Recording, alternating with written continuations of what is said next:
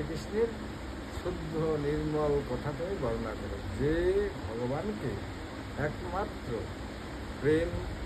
প্রেমের দ্বারা ভগবানকে আরাধনা, প্রেমযুক্ত। অতএব সেইভাবে তুমি বর্ণনা করো, সেই বর্ণনাতে সন্তুষ্ট ভগবান, তবেই তুমি আনন্দ পাবে। এছাড়া তোমার এখানে আনন্দ পাওয়ার কোনো উপায় নেই। এই কথা শ্রবণ করে তখন ব্যাসদেব তাকে বললেন, তাহলে প্রভু, আমি যে সেই আনন্দ, নারদ মুনিকে বলেন, আমি যে সেইটা রচনা করবো, আমি রচনা কীভাবে রচনা করব, সেই রচনা করার যেটা প্রাক ভূমিকা আমাকে আপনি বলে দিন। তখন নারদ মুনি সেই ভগবানের লীলা কথা কেমন করে রচনা করতে হবে, কিভাবে তার লীলা কথা বর্ণনা করবে, তার বাল্য, পৌগণ্ড, কৈশোর, যৌবন, এই লীলা কথাগুলি তিনি সংক্ষেপে নারদ মুনি ব্যাসদেবকে বলে দিয়েছিলেন। আর তখন ব্যাসদেব সেই লীলা বর্ণনা আরম্ভ করলেন। আর এই যে লীলাটি তিনি বর্ণনা আরম্ভ করেছিলেন, সেই বর্ণনায় তিনি প্রথম একটা, আপনাদের ঘরে যদি একটা সন্তানের জন্ম হয়, তাহলে সেই জন্ম হওয়ার পরে কী করেন আপনারা, প্রত্যেকে আমরা কী করে একটা নাম রাখি, যে এই সন্তানটার নাম কী হবে, অনেক ভেবে চিন্তে, অনেক আদর করে ইত্যাদি করে একটা নাম রাখি, যে নাম দিয়ে তার পরিচয় হয়। এইবার ব্যাসদেব চিন্তা করলেন, তাহলে আমি এখন যে গ্রন্থটি রচনা করবো এটার নাম কী দেব, কী নাম হতে পারে। তখন সেই নামটা যে হবে তাও নারদমুনি সংক্ষেপে বলে দিলেন, যে তুমি এমনভাবে নাম রাখো সেই নামের সঙ্গে যেন ভগবানের একটা পরিচয় পাওয়া যায়। তাই তিনি নাম রাখলেন শ্রীমৎ ভাগবত।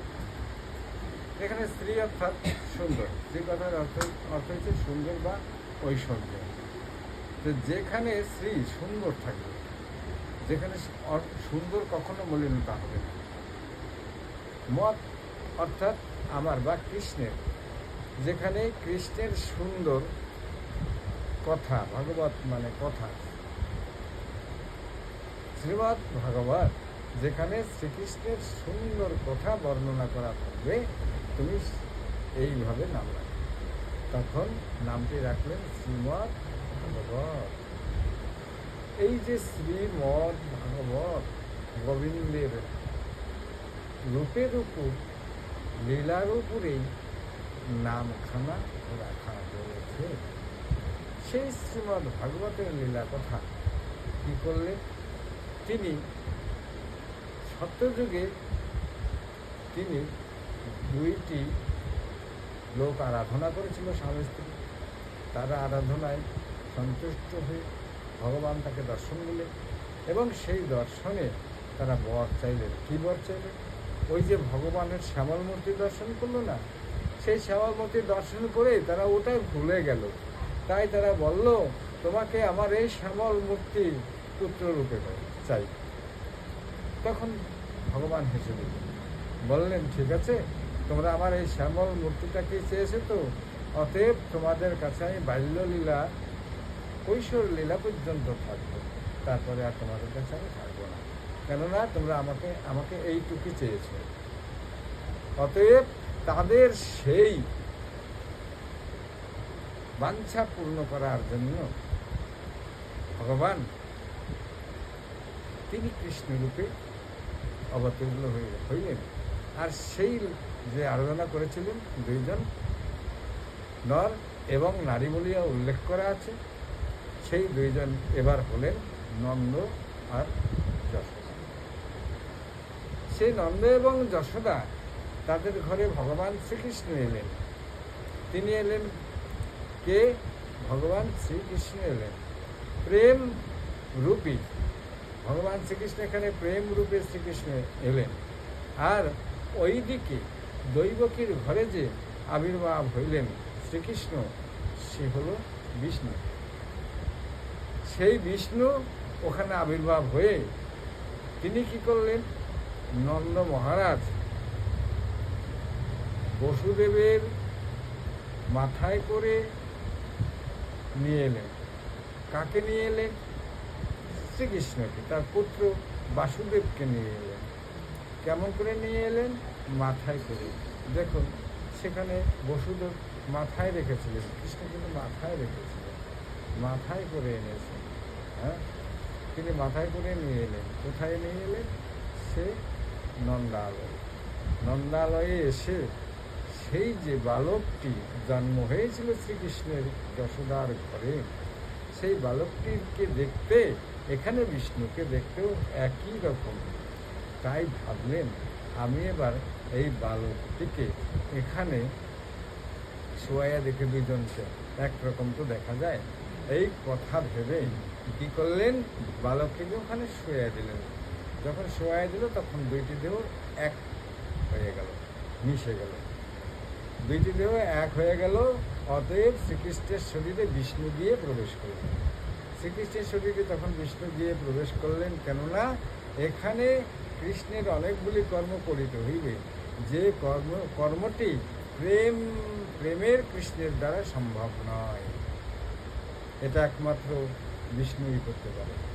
তাই বিষ্ণু এবার কৃষ্ণের শরীরে প্রবেশ করলেন। প্রবেশ করে তিনি কী করেছিলেন? অঘাসুর, বকাসুর ইত্যাদি জাতীয় কর্মগুলি যে করেছিলেন, এ সব করেছিলেন বিষ্ণু। আর রাসলীলা, গোপীদের সঙ্গে যে লীলা, যশোদার সঙ্গে যে লীলা, এই লীলাগুলি করেছিলেন শ্রীকৃষ্ণ প্রেমের।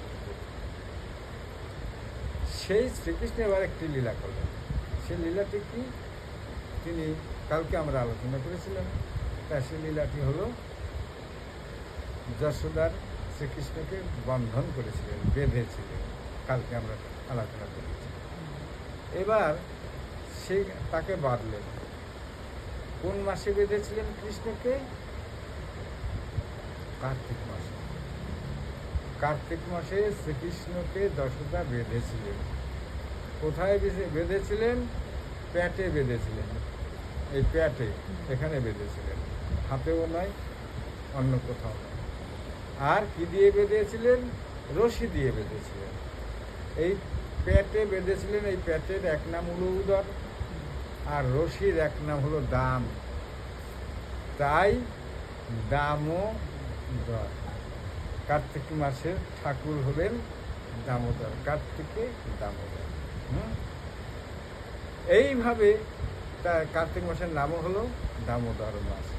এই কার্তিক মাসে তিনি এই লীলাটি করার সঙ্গে সঙ্গে তার সঙ্গে লীলাটি এসে পড়ল। সে লীলাটি কি? নল আর কুবের। এখানে নল কুবের, অর্থাৎ এই মণিগ্রীব ও নলকুবর, এই মণিগ্রীব এবং নলকুবের দুইজনে হলো স্নান করছিলেন। কোথায়? সরোবরে স্নান করছিলেন। এই সরোবরে স্নান করছিলেন, অনেক সুন্দরী সুন্দরী রমণীদের নিয়ে তিনি স্নান করতেছিলেন। সেই সময় নারদ মুনি ওখান দিয়ে গান করতে করতে, বিনা বাজা করতে ওখান দিয়ে যাচ্ছেন। কিন্তু নারদ মুনিকে দেখেও ওই নলকুবের তারা তাদের হাস্য রস, টেলি, প্রায় উলঙ্গ অবস্থা, ইহা বন্ধ করলেন না। তাই নারদ মুনি কী করলেন? নলকুবেরকে অভিশাপ দিলেন। কি অভিশাপ দিলেন? যে তোমরা শিষ্টাচার জানো না, হ্যাঁ, অতএব তোমাদের আমি অভিশাপ করছি। কি অভিশাপ? যে তোমরা গিয়ে বৃক্ষরূপে জন্ম নাও। এই যখন অভিশাপ করে ফেললেন, তখন নলকুবের, মণিগ্রীব দুই ভাই দুইজনে এসে কী করলেন? নারদ মুনির পায়ে ধরলেন। হে নারদ মুনি, হে ঠাকুর, হে প্রভু, আমাদের ক্ষমা করুন, আমাদের অনেক অপরাধ হয়ে গেছে। আমরা তো এতটুকু বুঝতে ভাবি নাই, চিন্তা করে বুঝতে পারি নাই, যেহেতু আপনাকে আমরা সম্মানও প্রদর্শন করি নাই। অতএব আপনি আমাদের অভিসম্পাদ করেছেন, এবার অভিসম্পাদের মুক্তির ব্যবস্থা করে দিন। যখন এই কথা বলল, তখন নারদ মুনি বলল, যাও তোমরা বৃন্দাবনে গিয়ে বৃক্ষরূপে জন্ম নাও। এই অভিসম্পাদ দিয়ে দিলেন। ঠিক সেখানে তিনি এবার মণিগ্রীব আর নলকুবের এসে বৃন্দাবনে বৃক্ষরূপে জন্ম নিলেন। যেখানে তারা বৃক্ষরূপে জন্ম নিলেন, তাদের টাইম সময় দিয়েছিল 100 বছর। 100 বছর পরে তোমরা কৃষ্ণের স্পর্শ পেয়ে তখন তোমরা উদ্ধার হইবে। আর এই 100 বছর তোমাদের সম্পূর্ণ জ্ঞান থাকবে, সম্পূর্ণ অনুশোচনা তোমরা করতে পারবে, বুঝতে পারবে, তোমাদের দুঃখ হবে, মনে শোক তাপ সব হবে, কিন্তু কিচ্ছু করতে পারবে না, কেননা তোমরা লড়তে চড়তে পারবে না, সব কিছু। হ্যাঁ, তোমাদের উদ্ধার করার জন্য ভগবান অবতীর্ণ হইবেন। তোমরা গিয়ে সেই গোকুলে বৃক্ষরূপে অবতীর্ণ। এবার তারা গোকুলে এসে যেখানে বৃক্ষরূপে অবতীর্ণ হয়েছিলেন, জন্ম নিয়েছিলেন, সেই জায়গাটাই একদিন নন্দ মহারাজ এসে বাড়ি তৈরি করলেন। সেই বৃক্ষের যেখানে ছিল সেইখানে বাড়ি করলেন। সেখানে ভগবানের লীলা হচ্ছে। ভগবান শ্রীকৃষ্ণ তো এটাই চেয়েছেন না যে এদের দুজনকে উদ্ধার করতে হবে, তো এই উদ্ধার করার জন্য সেও একটা কিছুর তো প্রয়োজন, একটা কারণ তো লাগবে, না হয়তো উদ্ধার করবে কেমন। তাই তিনি সে কারণকে বের করলেন। কী করলেন? তিনি ঘুমিয়ে আছেন, যশোমতী তিনি দধিভাণ্ড মন্থন করছেন। দধিভাণ্ড মন্থন করতে করতে তার প্রেমে নিমগ্ন মন এমন হয়ে গেল, ভগবান শ্রীকৃষ্ণ ছাড়া তিনি কিছুই দর্শন করছেন না। তাই গোপাল উঠে এসে মায়ের হাতখানা ধরে বললেন, মাগো, আমার ক্ষুধা পেয়েছে, তোমার স্তন্য দুগ্ধ গান। এই কথা শুনে মা তাড়াতাড়ি গোপালকে কোলে তুলে নিয়ে শত শত চুম্বন দিতে লাগলেন। ঠিক এই যে ক্রিয়াটি যখন হচ্ছে, তখন দুগ্ধ ভাণ্ড উনুনে চাপানো ছিল, সেই দুগ্ধ ভাণ্ডের দুগ্ধ উথলিয়ে পড়ছিল। উহা দর্শন করে তিনি এবার গোপালকে নামিয়ে রেখে তিনি দুগ্ধ ভাণ্ড সামাল দেওয়ার জন্য চলে গেলেন। তাই গোপাল ভাবলেন, কি ভাবলেন? বলি, আমি বড় না তোমার ওই দুগ্ধ বড়, আমি বড় নয়, তোমার দুগ্ধটাই বড় হয়ে গেল। তাহলে এবার মা, তোমার দুগ্ধই তুমি সামলাও। এই কথা বলে একটি লস্ত্র ওখান থেকে হাতেতে তুলিল, আর লস্ত্র নিয়ে গোপাল আমার ওই দুগ্ধ ভাণ্ডেতে নামিল। দুগ্ধ ভাণ্ড তখন ফুটো হয়ে গেল, এবং ফুটো হয়ে সেখান থেকে দুগ্ধ পড়তে লাগলো।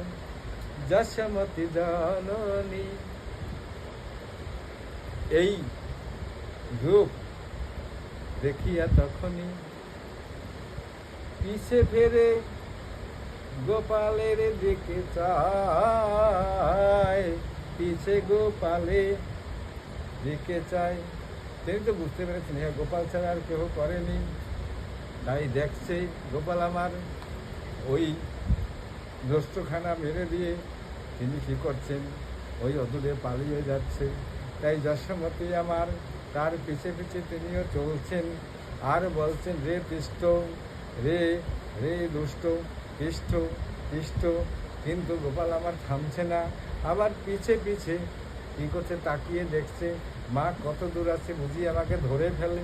আজকে ধরে ফেললে তার কোনো কথা নেই, বড় শাস্তি দিবে। হ্যাঁ, তাই তো তিনি কী করলেন, সেই গোপালকে পিছে তাকাচ্ছে আর দৌড়াচ্ছে। মা যশোমতী আমার তিনি বড় হৃষ্টপুষ্ট ছিলেন, তাই তার যে সুন্দর করে সেজেছিলেন, তার মাথার খোপায় কবরী বাঁধা ছিল, কবরীতে মালা বাঁধা ছিল। পরিশ্রান্ত হয়ে তিনি কী করছেন, কবরী থেকে একটি ফুল নিচে পড়ে গেল, আর যেখানে পড়লো সেখানে ছিল গোপালের পদচিহ্ন। সেই পদচিহ্নের উপরে যখন ফুলখানা পড়ে গেল, আর ঠিক তখনই যশোমতী বললেন, কিরে গোপাল, আমি কি তোমাকে ধরতে পারবো না রে? গোপাল, আমি কি তোমায় ধরতে পারবো না রে? দাঁড়া গোপাল, আমার বড় পরিশ্রম হয়েছে, দাঁড়া গোপাল। এই কথা শুনে গোপাল দাঁড়িয়ে পড়ল, বলে, মায়ের অনুরোধে নয়, কিসে মায়ের প্রেমে, কিসে মায়ের কবরী হইতে যে একটি ফুল ওই গোপালের শ্রীচরণে পড়েছিল, তাই তো গোপাল দাঁড়িয়ে গেল। তাই তো গোপাল এবার দাঁড়িয়ে পড়ছে, আর মা চলতে পারছে না। যদি আপনারা কেহ গোপালকে একটা মাত্র ফুল, একটা তুলসী অর্পণ করেন, তবে গোপাল আমার বড় সন্তুষ্ট হয়। গোপাল সন্তুষ্ট হয়ে তার প্রেমে যে বাধা পড়ে যায়, তাই তো গোপালকে পারলে একটা তুলসী, একটা ফুল দিবেন। আর বিশেষ করে যদি গোলাপ ফুল দিতে পারেন আরও ভালো। গোপাল আমার গোলাপ ফুল বড় ভালোবাসে। কেননা দেখুন, বৃন্দাবনে আমরা দেখে এসেছি বাঁকে বিহারী মন্দিরে ভাই নানান রকমের গোলাপ ফুলে দিল, আর কিছু না, শুধু গোলাপ ফুল, শুধু গোলাপ ফুল।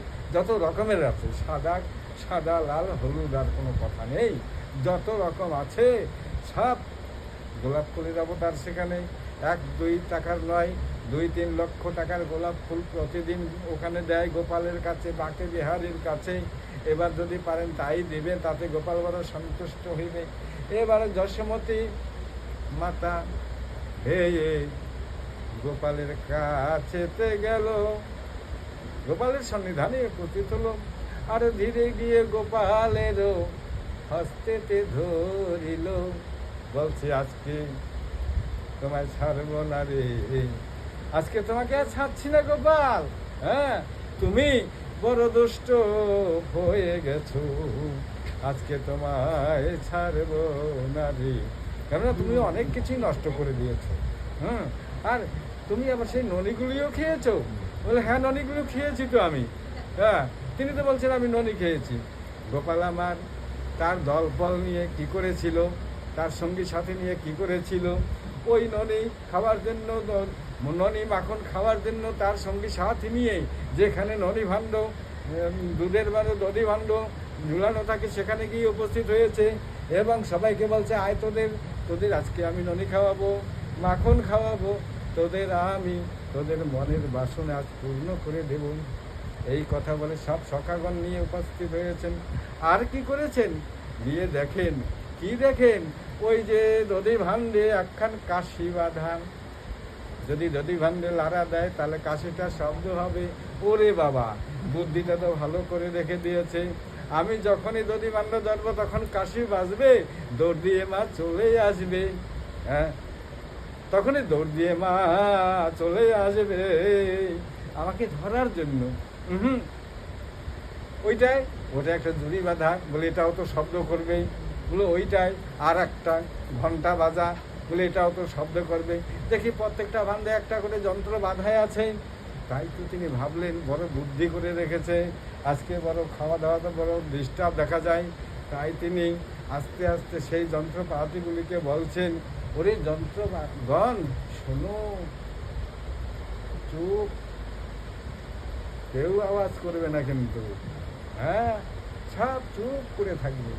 এখন বিশ্বের মালিক গোবিন্দের আদেশ হয়েছে, তারা তখন বাধ্য হয়ে চুপ করে থাকতেই হবে। তাই যে ভাণ্ড থেকে খাক না কেন, কেউ আর বাঁচছেন না। সবাইকে সব ভাণ্ড থেকে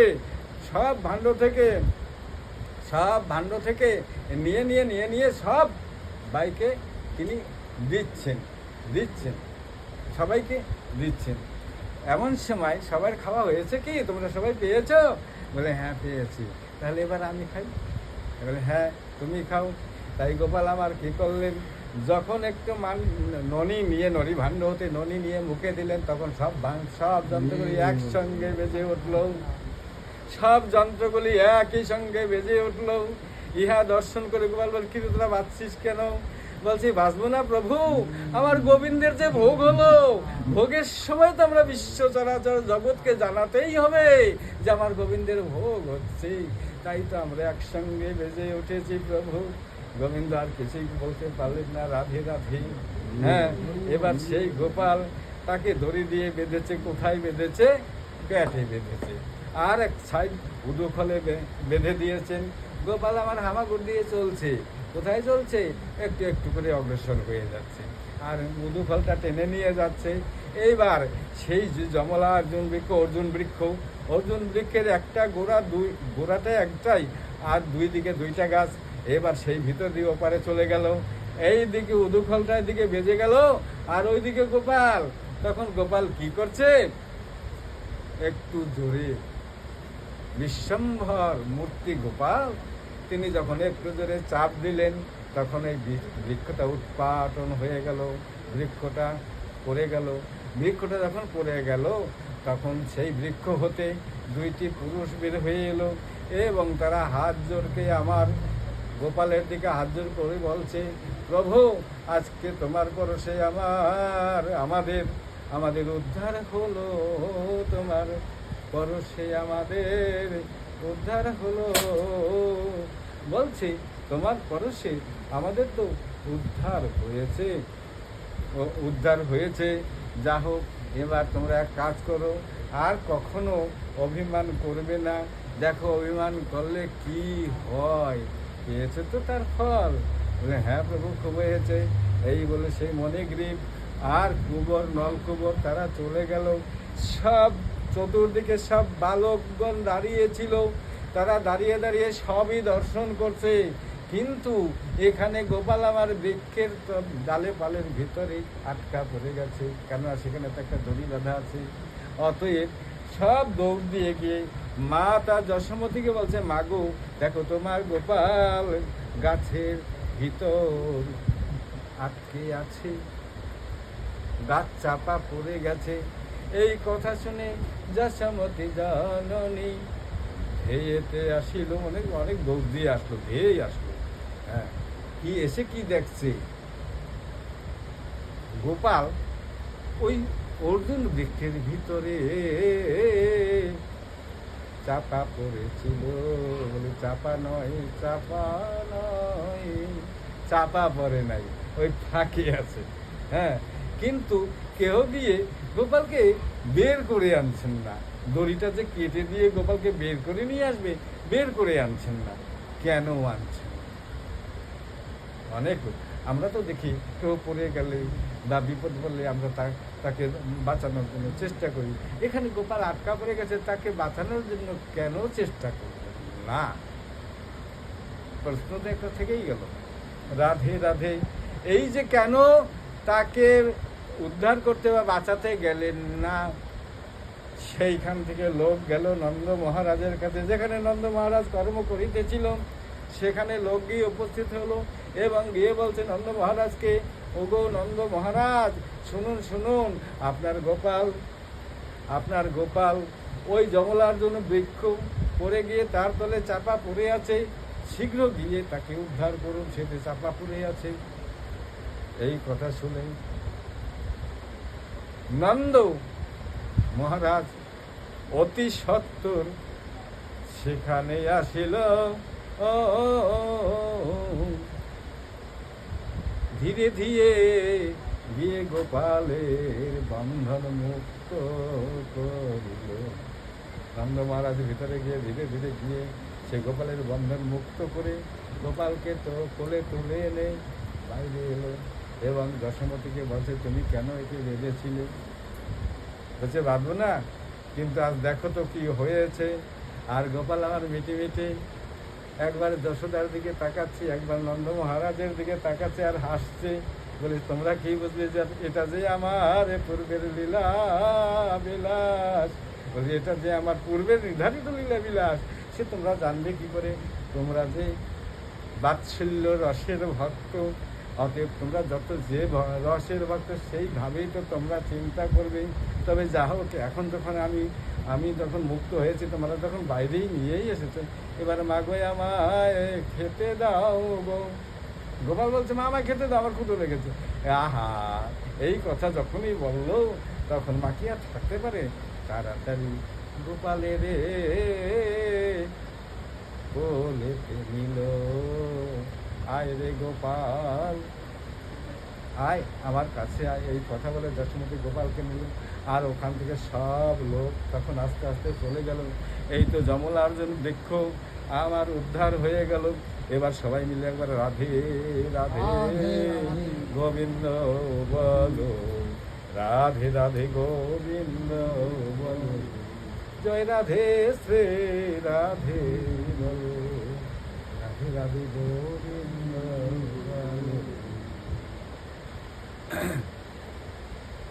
ভাগবত রসামৃত পরিতৃপ্ত যারা, অন্য রসার সাথে তৃপ্ত নাহি হয় তারা, সর্ববেদান্তের হয় ভাগবত সার, পরম পবিত্র ইহা দেবতার সুখের শুনিয়া বাণী যত ঋষিগণ ভাগবত কথা শুনি আনন্দিত হন।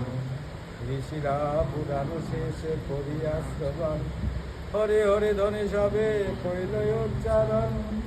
অবশেষে ভাগবত সমাপ্ত হইল উচ্চেশ্বরে সবে মিলে হরি হরি বলো বলো ভাগবত প্রেমানন্দে হরি হরি বলো রাধে রাধে রাধা রানী কি জয়। রাধে রাধে।